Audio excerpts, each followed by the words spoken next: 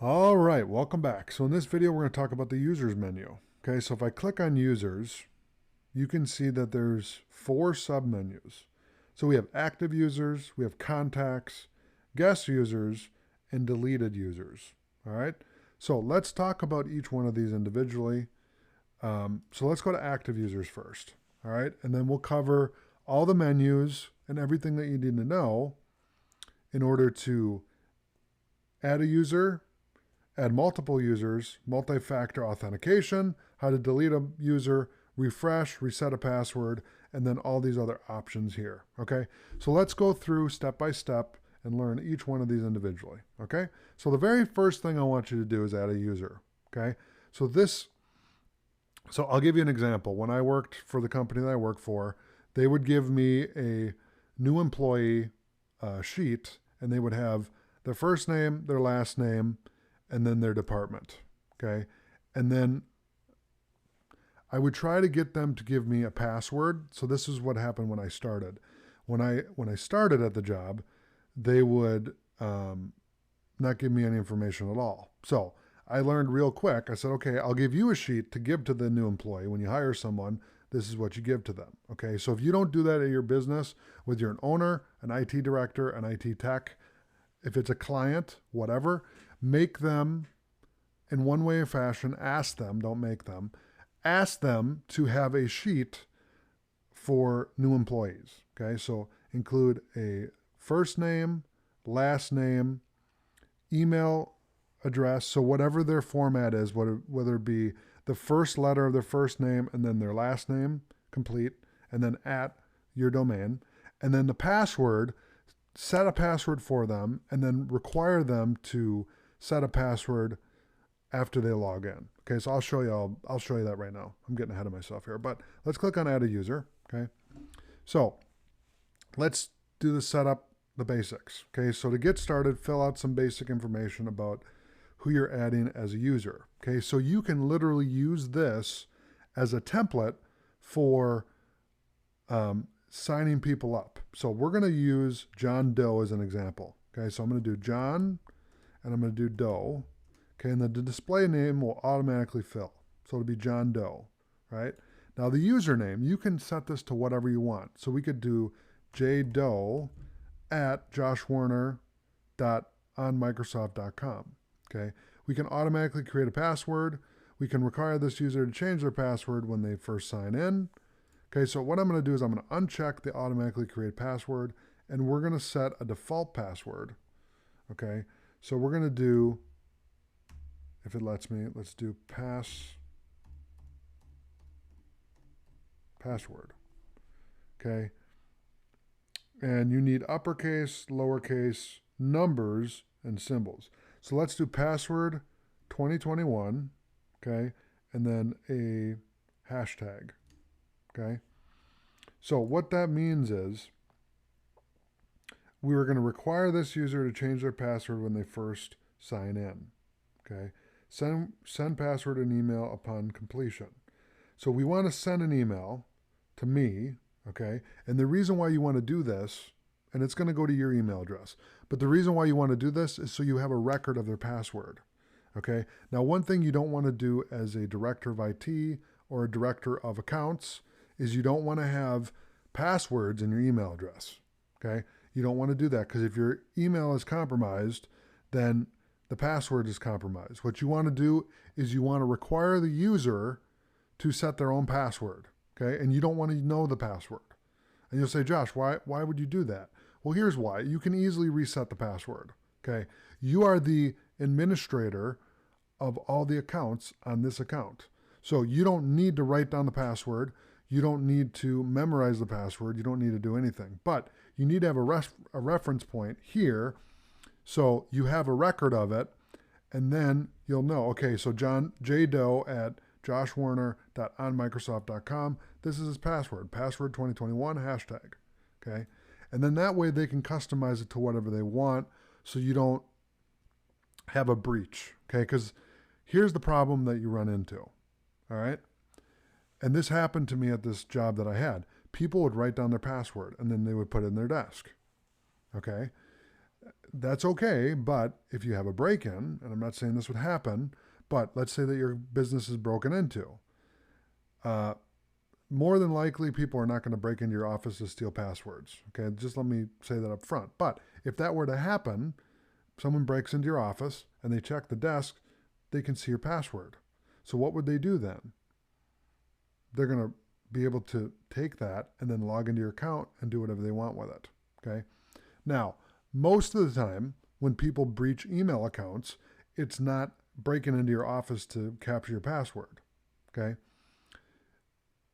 Sometimes what will happen is the IT person will get ticked off that they got fired, and then they'll remember the passwords and then change them all. Okay, that's happened before.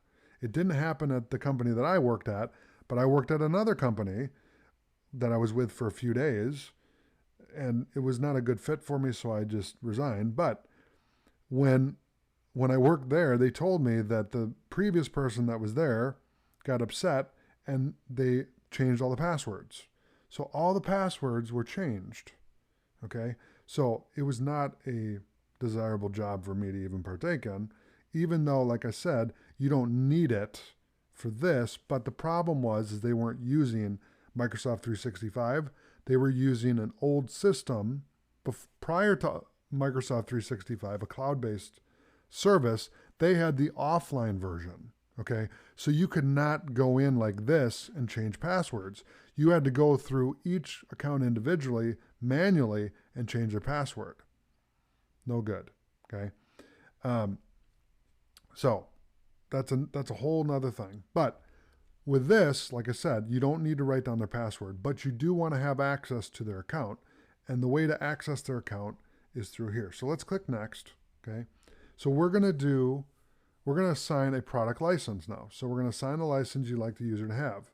So we're going to assign a license. We're going to give them Microsoft 365 Business Premium. Okay. You can create a user without product license, but it's not recommended. I don't recommend allowing guests. I don't recommend allowing anybody in there other than people that are in your organization. The reason for that is you're just asking for problems. Okay. The more people you let in, the more problems you could run into. Okay. So these are the apps that are going to be included. So you have Azure Active Directory, Azure Active Directory Premium, Azure Right Management Cloud App, okay, and then Exchange, okay, and these are for Office 365 exchanges, Microsoft 365 apps, okay, and then all these other ones that are just included. Okay, I don't want to read all of them. There's a lot of them. There's 42 of them. Okay, so there's a whole bunch of apps that you get in there. Okay, and there you go. So we're just going to give them everything. Okay, because we want them to be able to work, right? So let's click next. Now, optional settings. Okay, so this is a user with no admin center access. Okay, you can give them different accesses. You can give them admin access, and then you can give them user administrator. So this is something you can do if you're at a humongous, like Fortune 500 company, let's say. And let's say that you're transferring everything over from an offline system to Microsoft 365, and you have an Exchange administrator, you have a global administrator, you have a help desk admin, you have a service support admin, you have a SharePoint administrator, you have a Teams administrator, and a user administrator. If you need that, this is how you can do it. You click on the admin center, and you can give this person user administrator. Okay, and so what that does is it allows them to reset user passwords, creates and manages users and groups, and includes filters, manage service requests, and monitor service health. Okay, Teams administrator, SharePoint administrator, service support admin, help desk admin, global reader, okay, global administrator, Exchange administrator.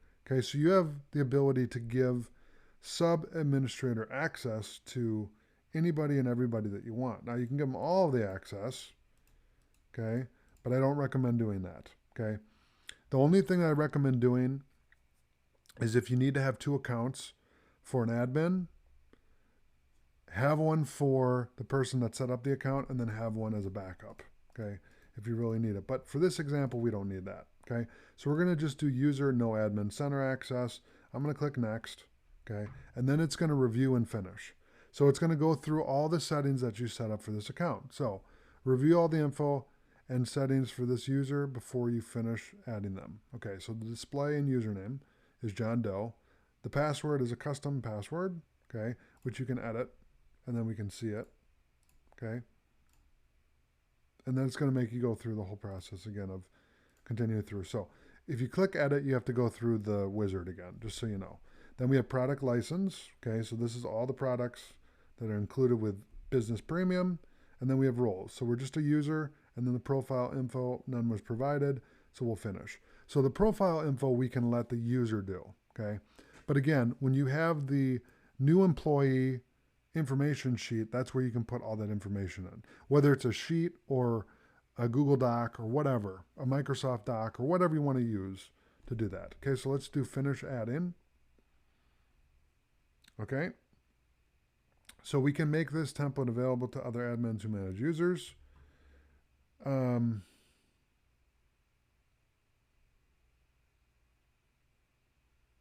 So save these user settings as a template. User templates allow you to quickly and similar users in future. Okay, yeah. So let's do new employee setup. Okay, so new employee setup. Okay, so let's save as a template. I'm not going to make this template available to other admins because we're the only admin in this example. Add a description. We're just going to leave it at that. So we're going to do new employee setup. So we'll save as template. And then I'm going to close this. And now we have 2 users. Okay. So we have user templates. Now the funny thing is we already covered this because we have the new employee setup. Okay. So we got that covered, right? So we can add a template, manage the templates, and that's what we did with the new user here. Let's talk about how to add multiple users. So if I click on this, okay, we can upload a CSV file with user information. Okay, so you can upload up to 249 users per CSV file. Okay, so we can download a blank CSV file with the required headers, or we can download a CSV file that includes example user info. Okay, and what that's going to give you the ability to do is then you can upload it, and then you'll be able to add multiple users. So the way that you would do that, now it's not going to work because I don't have this file, okay? But what I want you to do is this. Let's go ahead and let's click on, we're not going to download the blank CSV file, but I'll walk you through what you would do. You would download the blank CSV file, okay? You would type in your information, and then you would go here to browse, and then grab that file, upload it, and then do next, and then you would add the licenses to each one, okay? So that's how you do it. Now I'm going to hit cancel because I'm not going to do that. And we're going to move on to the multi-factor authentication, okay? So with this, what we're going to talk about is only licenses. So here's a note. Only user licenses to use Microsoft Online Services are eligible for multi-factor authentication. So you're probably wondering, okay, what is multi-factor authentication? You may not be wondering, but I'm going to tell you anyway what it is. So the idea behind multi-factor authentication is a couple things. One, it keeps the account even more secure than just a password. Okay, so let's say that somehow your account is breached. Okay, someone comes to the office and steals the password, or they brute force the account and they steal the password. Okay, they guess the password and they steal it. Okay, so if I go here and we go to, let's do my account. So let's do Josh at Josh Warner on Microsoft. Okay, so you see here the phone number here is wrong. So let's manage the user settings. Okay, so we can restore multi-factor authentication. We can delete all existing app passwords. Require selected user to provide contact methods again. We're going to cancel on that. Okay, so we can enable this for John Doe. Okay, so we can enable it. Multi-factor authentication. If your user does not regularly sign in through the browser, you can send them a link to register for multi-factor authentication. So this is how you would enable it. Now we're not going to enable this because I don't want to go through the process of it not working and then I'm pausing and trying to fix stuff because sometimes this is a little haywire. But the idea behind it is this. When you enable the multi-factor authentication, what it does is it will send you a link to your phone or email address to authenticate the account. And then what it will do is every time you sign in, unless you turn it off, it'll send you a text message with an authentication code. Okay, so that you have double authentication. Okay, so it's called a two-factor authentication. So when you sign in, it's going to send you a code to make sure it's you. All right. Now, for this example, we don't need that because we have 2 users. It's not needed. But I'll give you an example. When I worked for the company I was at, we had 100 users. That's a situation where you want to have multi-factor authentication, because what you need it for is when you have that many users, you need to have that authentication so that if for some reason their password is taken, it won't matter because it has to get sent to their phone, okay, to authenticate the account. So there's no way for people to really get into the account. They need to have their phone in order to do that. And most of the time, 100% of the time, that doesn't happen, okay? So I'm going to close this out. So that's how you do multi-factor authentication. Now I'm going to talk about how to delete a user. So if I click on delete a user, it's going to show the 2 accounts that I have here. So I'm going to click on John Doe, and we're going to select him, okay? And we're going to delete John Doe, okay? So you can restore deleted users and their data except for calendar items and aliases for up to 30 days after you delete them. Data on their connected devices will be removed, as well as the following, okay? So email addresses, I don't have any. Mailboxes, I don't have any. Okay, so what I'm going to do is I'm going to minimize my other windows here. Okay, just so you can see, so I can see the information here. Okay, so let me minimize this as well. Okay.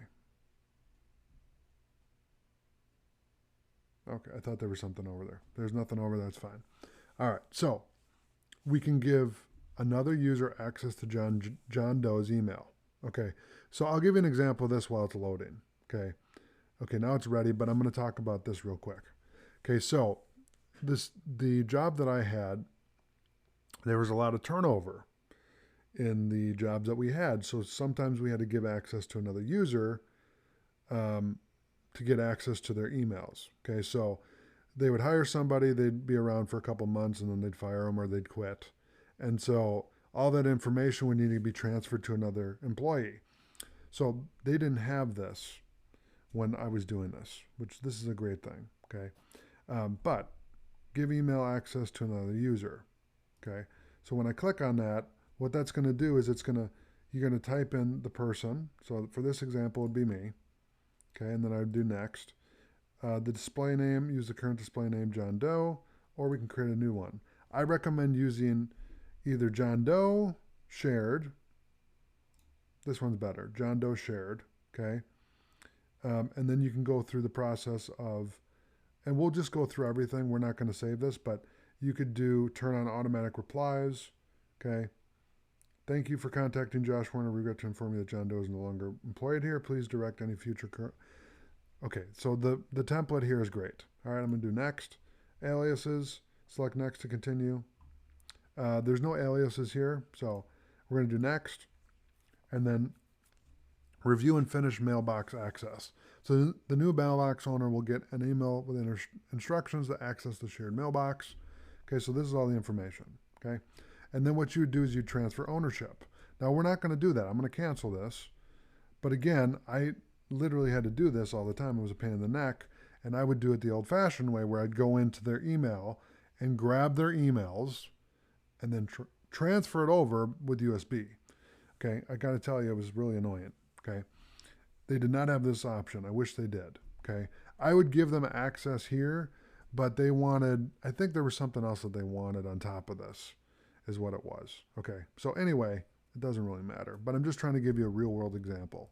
Okay, so uncheck that, and let's delete the user. Okay, so I'm unassigning licenses and we're deleting the user. Okay, so now we've deleted the user, and you can restore the deleted users and cover their data except for calendar items, aliases for up to 30 days. from deleted users list. Okay, so we'll talk about that in a minute. So let's close that. And so let's go to refresh, just to refresh the page. The other way you can do that is you can just go up here and refresh. Let's reset a password. So if I click on reset password, I can select my name, okay? And what we can do, oh, I don't have pop-ups. Okay, so I'm gonna allow pop-ups just for this one. And it opens a new tab. But what it's gonna do is it wants you to type in the old password and then create a new password. Now this is my admin account, so I'm not gonna change the password. But if you had, okay, so let me cancel that, okay? So that's how you reset a password, okay?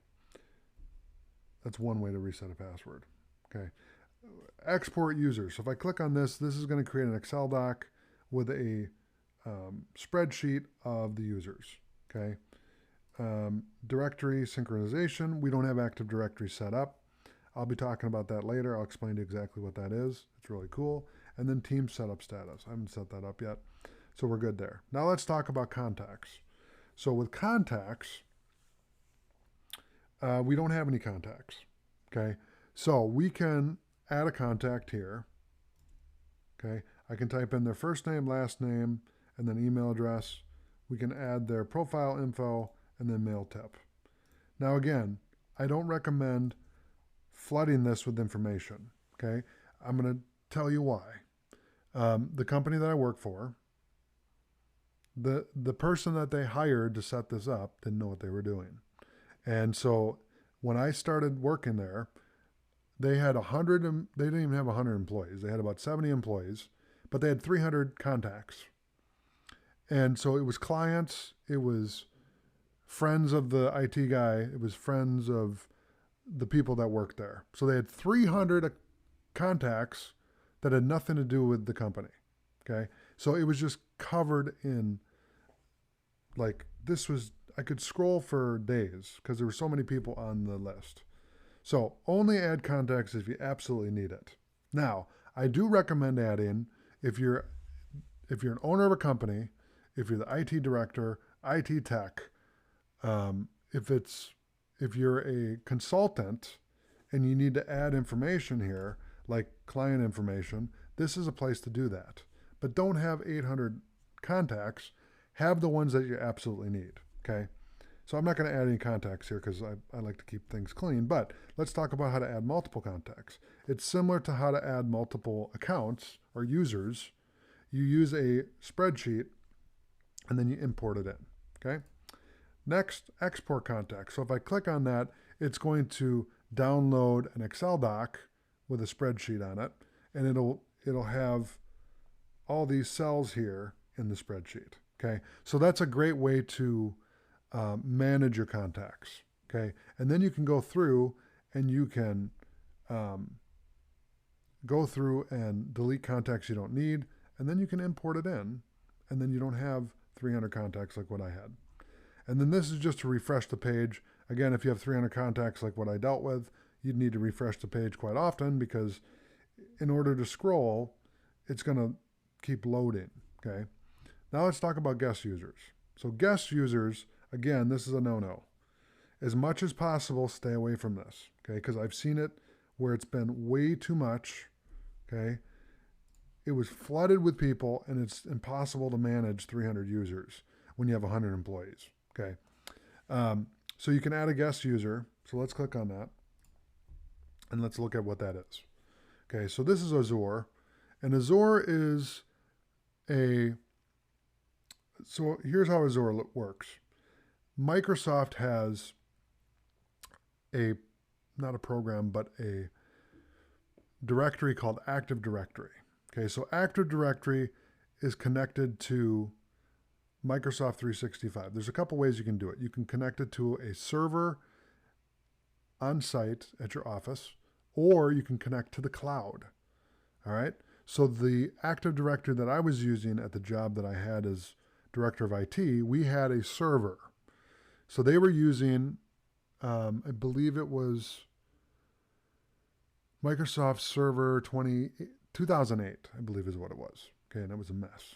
but it was connected with Azure and it was connected with Active Directory, which is the same thing in one way or more. Okay. And so it was connected. So the problem is they had so many users on there. And then what they did is they took the 2008 version and they updated it to 2012, but they didn't do a good job of updating it. Okay. And I could spend 2 hours talking about that. However, I'm not going to. And so that's how it's connected to Microsoft 365. So if you have Active Directory and you're setting it up, make sure you use the cloud-based version. Do not use a server on site. The reason for that is simple. Okay, if you use a server on site, you got to manage the server. And if the server goes down, I'll give you a great example of that. I live in Florida, okay? And during hurricane season, the server crashed. It went down. There was a hurricane that came, and it didn't wipe out the server, but it wiped out the power lines nearby, and the server went down. Okay. Now we had a third-party vendor that was managing the server, so I wasn't in charge of that, but I was aware of what they were doing, and I was working with them to manage the server. Okay. And I would do basic maintenance on the server. I had so much on my plate, I could not manage the servers well on top of everything else. Okay, so that was impossible. So make sure when you're hiring people, if you're an owner of a company, make sure when you're hiring people, you have someone to manage the server, you have someone to manage the accounts, and then you have someone to do help desk. And if you don't know what those are, ask the IT people. Say, what are those things? Okay, what is help desk? What is a server admin? And what is a user admin? They'll tell you. And if they don't know, fire them and find someone who knows. Okay. The reason for that is you want to separate the work out so that the work can get done. Because what happens is, and this is a common problem, okay? And this is for people that don't know, and it's fine, but I'm talking as someone who's a tech head, and I understand. I'm also a businessman, but the tech person in me says, if someone hires me to do, to manage the server, to manage users, and there's 100 of them, and to do help desk, I want to pull my hair out. And you know why that is because you have 100 users to manage. So let's say that you have 100 employees, okay? And let's say you have multiple offices, but everything is offline. Nothing's on the cloud. Try managing that without having to drive to 3 different locations. And then also manage the server at location 1. It's not possible. That's why you need a server administrator, okay? That's why you need a help desk person at each office. You do not hire one person to go to 3 locations. You hire 3 people to be at each location, and then you have a server person at the server location. You have a user person at the main office, the corporate office, the home base, and then you have help desk people at the other ones. You don't need to pay those guys as much because they're just doing help desk. Okay, help desk is easy.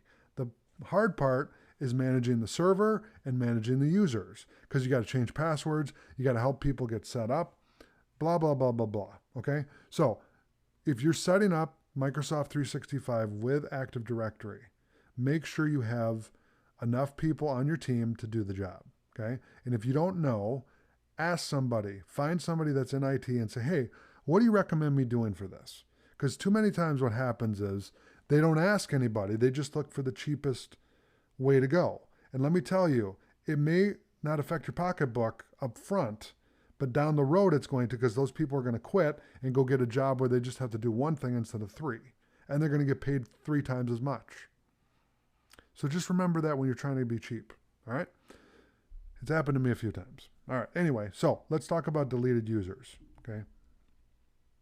So deleted users, remember I said that you could refresh or you can restore this user up to 30 days.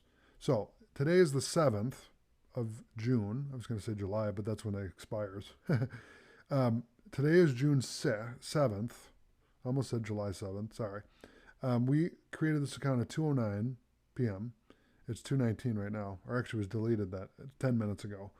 So if I click on restore, it will restore the account. The other thing you can do is you can export deleted users. So you can have a spreadsheet of deleted users and say, okay, this is what I did for deleted users. Okay, this is who I've deleted. Who did we delete last month? Okay, here's a report. That kind of thing.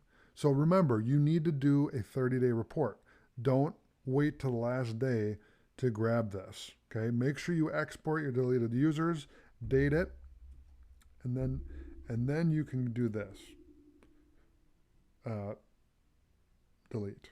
Okay, now I'm not going to delete it because what happens is Microsoft will delete this for you in 30 days. Okay. So when I click on this, the only option I have is to restore the user. Okay. Now we don't want to restore the user. We want to delete the user because we don't. John Doe has been fired. Okay.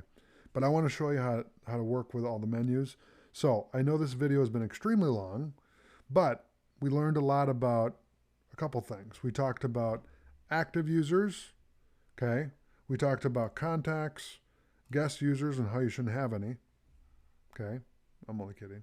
And then deleted users. Okay. And then we talked about the user menu. So if we just go to contacts again, we talked about how to add a user, user templates, which we created in the add user section, and then add multiple users, multi-factor authentication, delete a user, how to refresh, and then we talked about this drop-down menu here, which is reset password, export users, directory synchronization, and then team setup status.